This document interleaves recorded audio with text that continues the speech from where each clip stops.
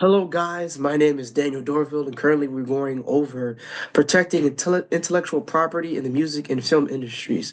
Now, some of you may be asking, okay, what specifically, why specific intellectual property? Well, we want to go over this simply because we want to make sure to talk about how intellectual property has purpose and a place in the music and film industry. People downplay its presence in other fields like those too, and we want to go over that because information systems impacts intellectual property and music and film. And now we get to see that in full display with our presentation here. Besides that, we're also going to be going over how they interact within information systems and how these industries attempt to protect the intellectual property. So let's follow along. So a couple of things. First is let's define intellectual property. You know, there's four major kinds. There's going to be usually copyright, patenting, trademarks, and trade secrets for the most part. And for really, intellectual properties are intangible creations of the human intellect. So, for example, that'd be like musics, artworks, right? Things you can not necessarily touch or feel, right? That's film, music, slogans, brands, logos. It's a wide variety, and as we go deeper, we'll see into more examples of these things. But for the most part, that's the core of intellectual property. I want to emphasize the fact that intellectual property really changes depending on the country you're operating in, the different laws that impact. US laws and European laws for intellectual property is completely fundamentally different, right? If we talk about the gaming sphere, for example, how you can save games and licensing and stuff like that, the laws are completely different. But again, we're only focusing on the music and film industry as of today. So, a question you may be asking is, okay, why does it matter? But before we get into that, let's really go over what we're really paying attention to. We're going to be reviewing intellectual property. We're looking at intellectual property in the film and music industry, how they interact within information systems, and again, how these industries attempt to protect their IP. So why is intellectual property relevant? Why does it matter? Well, intellectual property law goes beyond just the protection of ideas, right? It encourages creativity and innovation. That is the core fundamental aspect of it. And by delving deeper, we look at the rights that are offered to these creators or individuals or groups of people. Because a product is created by someone doesn't mean that one person by law doesn't mean that one person can be the only one that can distribute or control exclusive rights to that. Companies, for example, can have rights on intellectual properties, right? For example, Disney owns the rights to Mickey Mouse, Winnie the Pooh, Peter Pan, right? For example, those are examples of characters or intellectual properties that they have overseeing them. Other things would be like the McDonald's brand logo or the Big Mac. Right? No other company could use those names and those terms because they're what they took over, right? Like, for example, we know that McDonald's is prominent for the Happy Meal, right? Bringing the smiles. But Goldfish is the food company with the slogan, the snack that smiles back. So you see how both of them incorporate smiles and happiness, but it's fundamentally different. And they have different organizations of that. So if we go deeper and look into things, we realize that when it comes to IP laws, innovators, creators, and society, there's a cycle going on. All of them depend on each other and affect each other, right?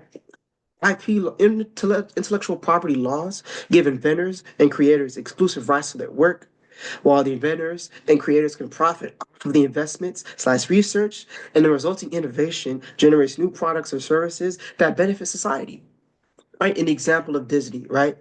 They get these stories, they drop these movies, and we as consumers, we get to enjoy them, right? In fast food, they create a food product and we get to enjoy the food product, right? In the case of clothing brands like Nike or Jordan, they create a brand of clothing and we buy and enjoy that product. So let's go into what does it mean to own an IP? So if we go over that real quick, owning IP means you have the exclusive right to use and benefit from that intangible creation of the mind, right? Such as inventions, literary works, artistic works, designs, symbols, names, and images, and computer coding, for example, is also included. IP is also owned and legally protected from outside use or implementation by a person or a company without consent of the owner of the copyright. Okay. Besides that, let's go into the next thing. So again, copyrights. So we're focusing on two things again. Two things. That's film and that's music. So we're going to look at how these things correlate between both of those two fields. So copyright. In the music field, copyright is usually when you get the creators of a music or the master's owners exclusive rights to reproduce, distribute, perform, and license or display their work. And the copyright protects both the composition and the sound recording, right? So the process of making it and the final result, right? And then copyright within the film industry would look like authorship, screenplays, visual elements. It gives the creators exclusive right to reproduce and distribute and perform and display their work, right? And the copyright protection is automatic for creation. That's the difference between music and film. Film, it's automatic. But registration with the US provides additional benefits if you sign up. So next we have is trademarks. So trademarks in the film realm, for example, is brand identity, right? Including film titles, logos, and company names. Again, Disney, Illumination, um, Pixar, thank you. Pixar, DreamWorks. Those are big names, right? And then they allow the filmmakers to distinguish the creative works and prevent confusion with other products or other entities, right? So besides that, trademarks within the music industry would look like names, logos, brands, artists, bands, and record labels, right? They also protect the symbols, names, and slogans used to identify the goods or the services within that music industry. They're like, yeah, man, or wowzers, like this type of stuff. Like if that was something that was a brand identity for the group.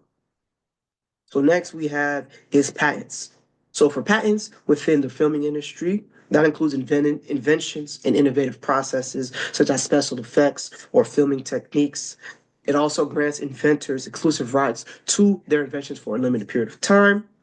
And then, okay, we're going to be moving ahead into trade secrets, and then trade secrets within the film industry as well. That looks like confidential business information such as proprietary production or unreleased scripts, or it requires reasonable measures to keep information confidential. Okay, that's enough about the various types of intellectual property we're focusing on. Now let's go ahead and hit some history. So some of you may be wondering, when did intellectual property first show up? What did it start with the invention of cartoons? Was it movies? Was it comic book strips? Was it newspaper strips? I mean, even some people, no, most common people, they think back to 1421, my apologies, when the world's first modern patent was awarded to an Italian inventor. In truth, you guys aren't ready for this one. The first intellectual property dates back to 6th century BCE, right? From Tiberius in ancient Greece. And it was, you're not going to get this one. Granted, a year-long exclusivity for bakers to make their culinary inventions. So basically, the rise of intellectual property originated from the rising of bread. You see the parallels? The rise of IP, the rising of yeast within bread. You see, bread is also a term used for money. That's how to make money. So I'm just playing. I'm playing. But it's very interesting to see how intellectual property came into origin and how it's all connected. So now let's also go into a brief history of how music transitioned to the digital space. So boom, back in the 80s, CDs were introduced to the market, and with CDs came a lot of big changes, right? It wasn't just radio, it wasn't records. Because of CDs, things were a lot more portable, because records are a lot heavier to carry, a lot more delicate to consider. And CDs, if you had a radio, you could a lot of times put on your CD, and with the advent of technology coming around, there was a lot of more benefits coming with the CDs and stuff like that. And then it marked the change for the change in music sales were now kept up with CD sales, right? And then after that, in the 90s, we saw a shift towards MP3 conversion. And that allowed for easy online sharing, and then a whole slew of illegal activity of burning music to a CD or other portable devices in the near future. Early 2000s brought forth iTunes and the dawn of the legal digital downloads, because before all of it was behind closed doors, under the counter, illegal affairs.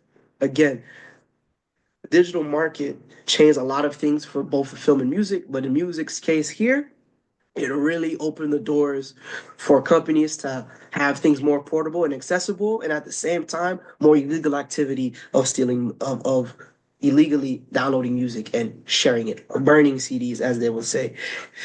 That in the 2010s, things changed. We bore witness to the rise of streaming services, such as Spotify, transforming music into on-the-demand, subscription-based experiences. And today, digital music is now reigning supreme with streaming accounting for the majority of global listening.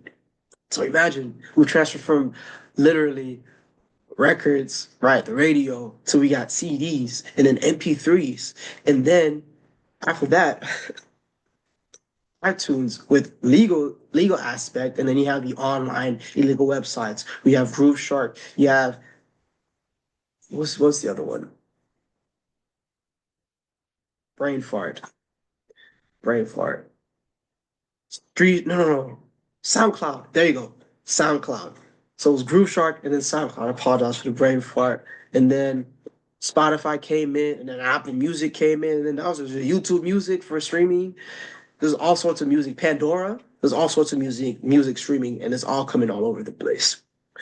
So now we'll go into a brief history of film into the digital space.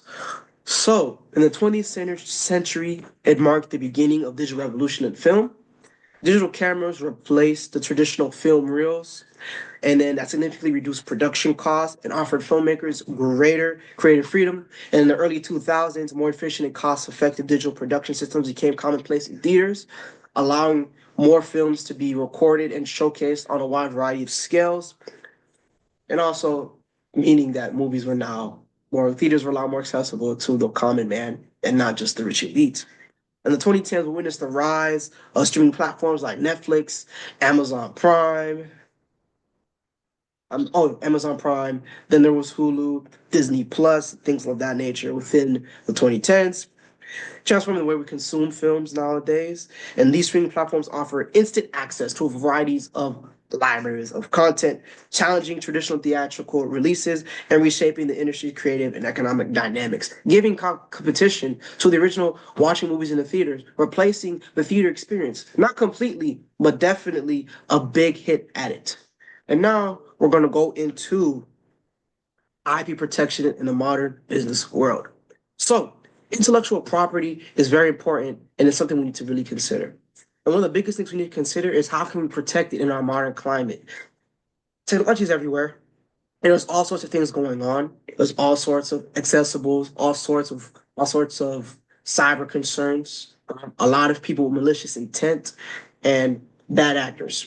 So one of the things we need to do is really be cognizant of how we handle that. So one of the things we can consider is legal protections. That includes IP registration, contracts and NDAs, and litigation. Besides that, we have technological protections, and those can include encryption, access controls, and digital rights management, which specifically is about controlling the use of distribution of digital content like music, software, and ebooks. And then we have organizational measures within companies. So that's employee training, that's internal policies, and monitoring and audits. And then, in my opinion, the most important, besides legal protections, is cybersecurity considerations. So that would be data backup and privacy recovery, cloud security, incident response plans, and also network security. Those things would help assist with intellectual property in music and film, especially, and obviously in more places outside as well. So next, we have information systems in the music industry. Now, we've gone over some intellectual property aspects. We've gone over how the digital market has affected the history of music. So now we're going to go into more specifics. So information systems is revolutionizing the music industry from production to distribution and marketing. And advanced software and analytical tools are helping to reshape the music production and optimizing sound quality and refining tracks. Streaming platforms like Spotify and Apple Music leverage big data analytics and help personalize recommendations and curate playlists. So we can see how in the current market, the digital system, the digital world is literally impacting how we consume media, how we consume music today.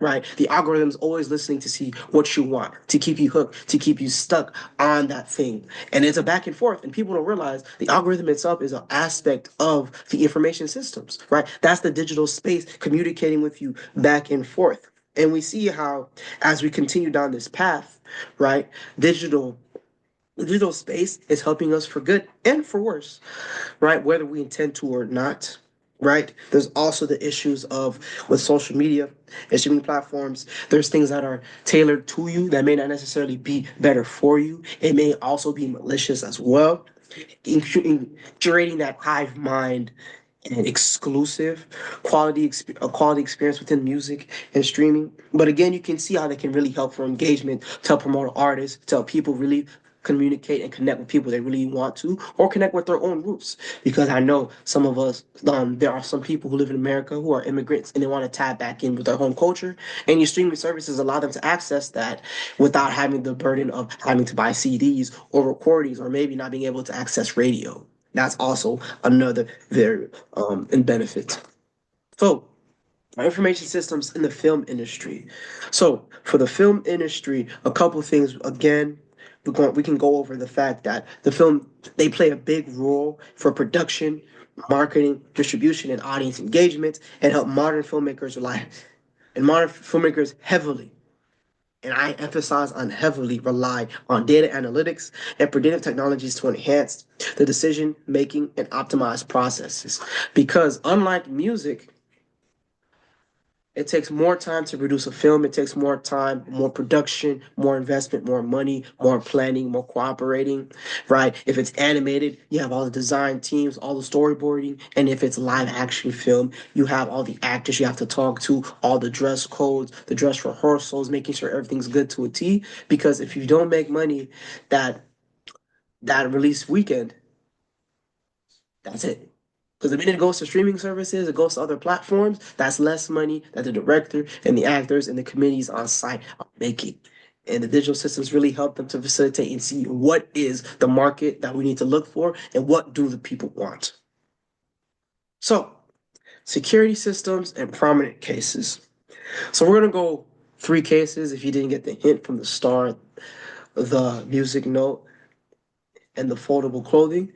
You'll see that the security systems are really deeply ingrained into each music and film, and they really offer some big changes. So to go over a couple of things, the film industry faces unique cybersecurity challenges due to its distributed production processes and high value of digital assets. Intellectual property such as scripts, raw footage, and post-production content. It's vulnerable to cyber attacks during production, storage, and distribution, and heavily weak to leaks and cyber attacks. And you'll see some examples as we go there soon. For instance, Sony Pictures. They suffered a major breach back in 2014. This is the warning that they received when employees came in on November 24th. So they were hacked by GOP. We've warned you, and this is just the beginning. We continue till our requests be met. We've obtained all your internal data, including your secrets and top secret information. If you don't obey us, we'll release data shown below to the world. Determine what you will do till the 24th of November, 11 p.m.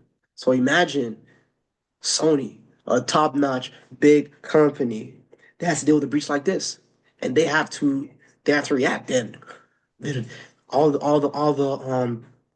leaks of information, private information, personal information of their employees or some of their clients or things like of that nature exposed. They don't know where it went, they don't know where it's going, and they don't even know who attacked them. They don't know the individual, the group and individuals that attacked them. They have no identity, just a group name and an attack, and that's it. And that's a real big concern in this day and age.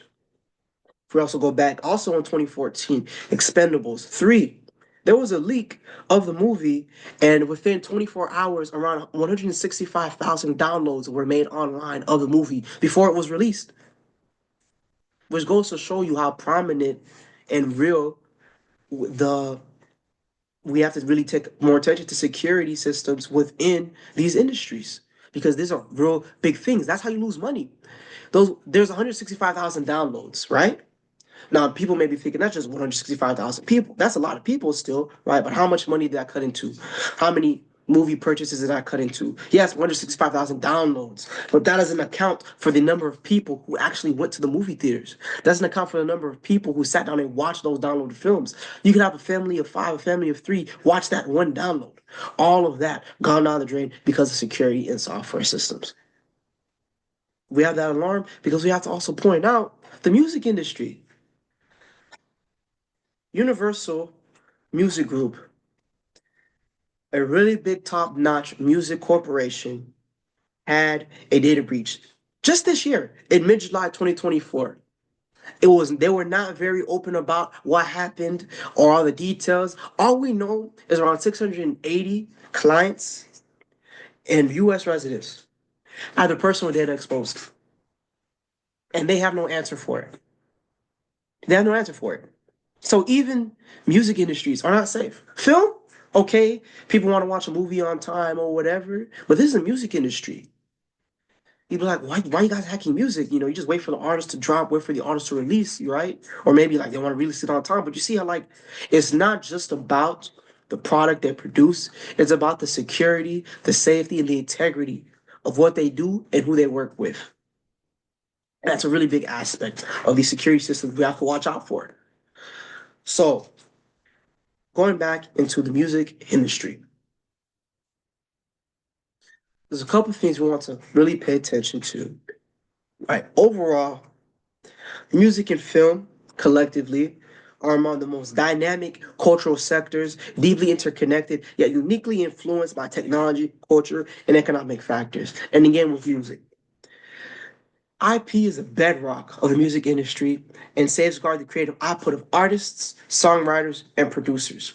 Copyright law, in particular, protects musical compositions, lyrics, recordings, and grants creators exclusive rights to produce, distribute, and perform their works, ensuring the freedom and the integrity of the artists who live there. Right? And the digital age introduced new challenges to that IP enforcement. And streaming's advanced that global reach, but also put more pressures and more difficulties and more constraints because now there's more limitations, there's more costs, it's more difficult. And that's a big adjustment we have to make. I like to really focus and hamper that IP has really changed how legal battles are done. For example, in the Blurred Lines case, right, that it highlighted the difficulties in defining originality and the boundaries between inspiration and infringement, right? IP protection is crucial for safeguarding artists' rights, and overly restrictive laws can stifle creativity. That's really important in what we need for innovation, right? A big cornerstone of music is sampling other artists to take what someone else has created and put your spin on it, put your twist on it, and make it yours, right? And that's something that's really considered and really often done. And I really want to point out that the music industry and the reliance of IP has some implications, both positive and negative.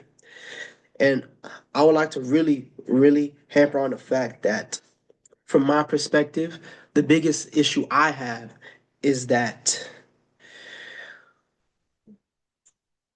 in the digital realm, regulations often prioritize corporate interest and profits, leaving individuals to fend for themselves.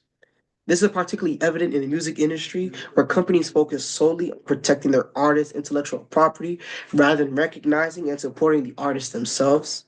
And I'm drawing a parallel between employees and artists who are considered products, but not considered a priority to protect. In this digital age, you can see how in a company, you want to protect, you have your employee training, you want to protect the company, you protect your employees. But in the music realm, you protect your product, you don't have to necessarily protect your artist. And that's an implication I see in this digital age for intellectual property. Where you protect the song, you protect their sound, but you don't protect the person themselves. Like the person themselves are a commodity you can toss away. And traveling right along to the film industry, the film industry also heavily relies on intellectual property to protect the value of the creative works, Copyright law safeguards everything from screenplays to final productions. However, the high stake nature of the film industry with significant investments in production and distribution make it a prime target for IP infringement. Piracy is also a big issue with illegal streaming and torrenting, and it's a significant threat to the film industry. Around, I say like Disney drops around 3, 4 movies every year, and imagine every time they release around around a couple thousand, tens of thousands of individuals already looking online to find it illegally available or to record illegally and sell it online. So that's another concern. I would like to focus on the rise of streaming services. So, and the implications of that. Streaming services have revolutionized film distribution, and these are really good for the global market, but they've also raised issues for creators. The revenue generated per stream is considered minimal and is not really helpful for independent filmmakers. And it leads to the debate about sustainability of the streaming climate and the market. And I would like to also focus on the fact that all of these advances don't really change the quality experience for the creators. This is all to change the system and the digital space to make things more accessible, more revenue, more value. But again, it doesn't help the individual, the actors, the creators, the visionaries. They're left out in the dust, and that's a result of this industry. So I think from now on, I'd like to give our conclusion. So to conclude this presentation, overall, Intellectual, provi- intellectual property is a vital role for safeguarding our creative works and ensuring fair compensation for creators in the music and film industry. However, as technology continues to evolve and the media landscape shifts, it's crucial to adapt intellectual property law and enforcement mechanics to address new challenges.